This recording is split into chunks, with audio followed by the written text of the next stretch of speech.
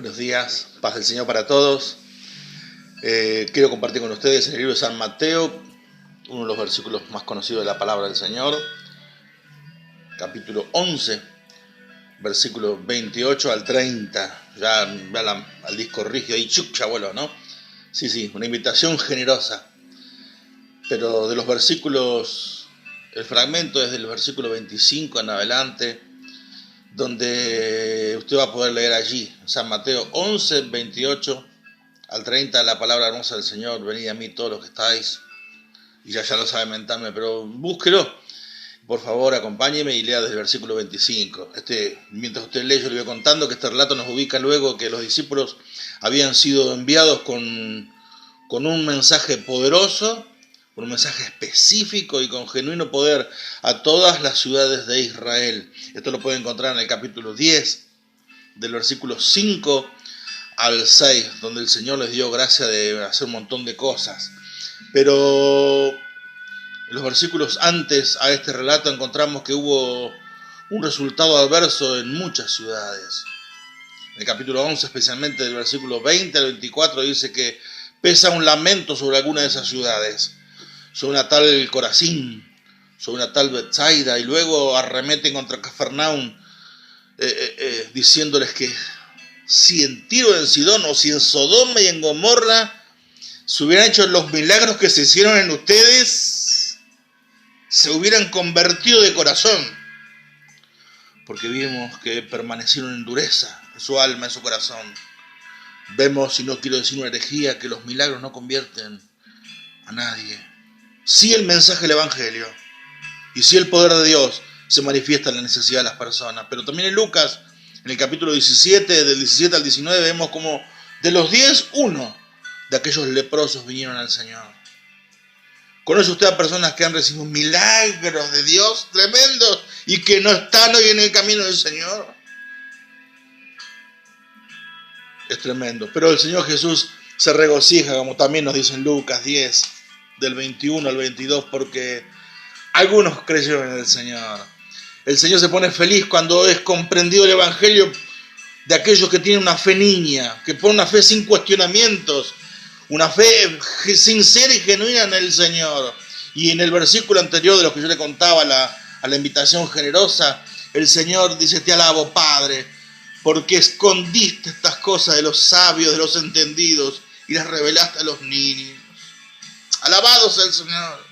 Y a los que el Señor se le ha querido revelar un mensaje sencillo del Evangelio, un mensaje de amor. Pero aquí viene la invitación, y que tiene varios puntos. Yo solamente quería compartir 3 nomás. Pero de esos versículos que usted ya leyó, del 28 al 30, alguien dice: vengan a mí. Y el Evangelio es una persona, Jesucristo. Después vemos la condición de los invitados. También vemos la promesa, anoté yo también para compartir con ustedes la tarea de ahora en más que tendremos aquellos que venimos a Él, el modelo de imitar, la diferencia de yugo, y lo distinto a nuestra responsabilidad ahora también. Entonces lo pueden encontrar en esos pequeños versículos. Pues yo quería tratar 3 nomás. ¿Quién es Jesús? ¿Cuál es la condición de los invitados? ¿Y cuál es la condición actual de los invitados? ¿Y quién es Jesús? Y para esto quería compartir con ustedes Colosenses, precioso libro de Colosenses, que por favor le pido que no cierre la hoja, porque la vamos a estar mirando seguido ahora, donde la palabra del Señor nos dice, a partir del 15 hasta el 20, ¿quién es el que dice: vengan a mí? Él es la imagen del Dios invisible. Así dice Colosenses en su primer capítulo, a partir del versículo 15 hasta el 20. Él es la imagen del Dios invisible. Por Él fueron creadas todas las cosas. Él es ante todas las cosas y todas las cosas subsisten por Él. Alabado sea Jesús. Aleluya.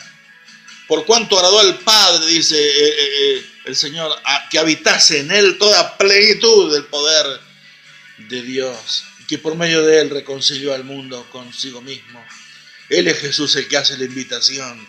Pero también aquí en Colosenses vamos a encontrar la condición de los convidados, porque en el primer capítulo, un poquito antes, en el versículo 13 dice: el cual nos ha librado de la potestad de las tinieblas y trasladado al reino de su amado Hijo. Alabado sea el Señor.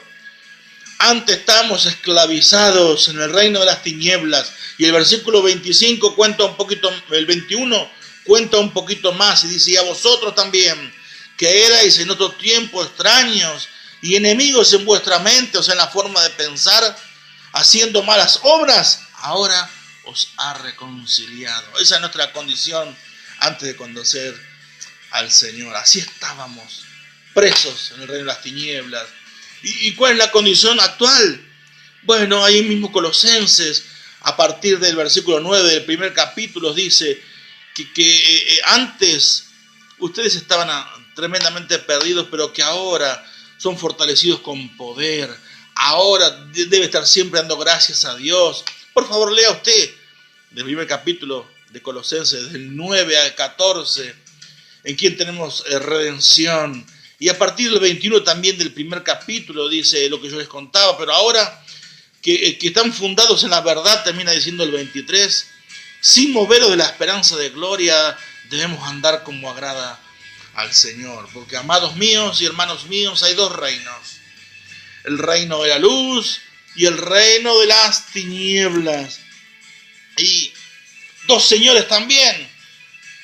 Así nos dice la palabra del Señor en 2 Corintios 4:4, que el Dios de este siglo cegó el entendimiento para que no nos resplandezca el evangelio de la gloria de Dios. Hay dos señores, el Dios de este siglo y el Señor Jesucristo, porque allá en Filipenses capítulo 2, una hojita antes, nos dice la palabra del Señor a partir del 9, por lo cual también Dios lo exaltó hasta lo sumo y le dio un nombre que es sobre todo nombre, para que en el nombre de Jesús se doble toda rodilla de los que están en los cielos, en la tierra y debajo de la tierra, y toda lengua confiese que Jesucristo es el Señor, para la gloria de Dios Padre. Así nos dice Filipenses capítulo 2, desde el versículo 9 al 11. Y hay dos leyes. En las tinieblas, la ley principal es: hago lo que yo quiero.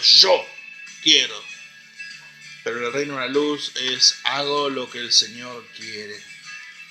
Y Efesios 4:17 dice Pablo: esto pues digo y requiero en el Señor, que ya no andéis como los demás gentiles que andan tras la vanidad de su mente. Digo y requiero, ¿no? Fíjense si les parece, lo requiero. La ley del Señor nos hace andar en sus mandamientos, requiriendo a nosotros, y si no tenemos, pidiendo la fuerza para poner por obra su palabra. Para finalizar, ¿en qué reino vive usted diario? Por supuesto, me lo pregunto yo también. ¿Cuál es la ley por la cual usted se rige? ¿Llevas el yugo del compromiso con el Señor? Volviendo al capítulo 11, versículo 28. ¿Llevas allí el yugo del Señor sobre ti? Y a diario, ¿y tienes miras para hacerlo para toda la vida o es solamente por un tiempito?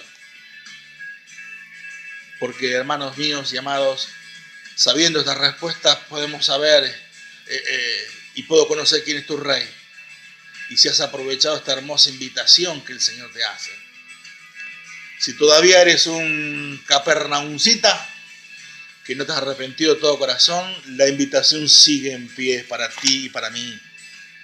Sigue en pie la invitación y sigue en pie también la demanda, para que tu alma descanse hoy en el Señor y un día descanse por la eternidad. ¿Lo estás pensando? ¿Lo estás pensando? Todavía lo estás pensando. Corre a Jesucristo y vive para Él el resto de tu vida. De esto no te arrepentirás jamás. El Señor te bendiga. Buenos días.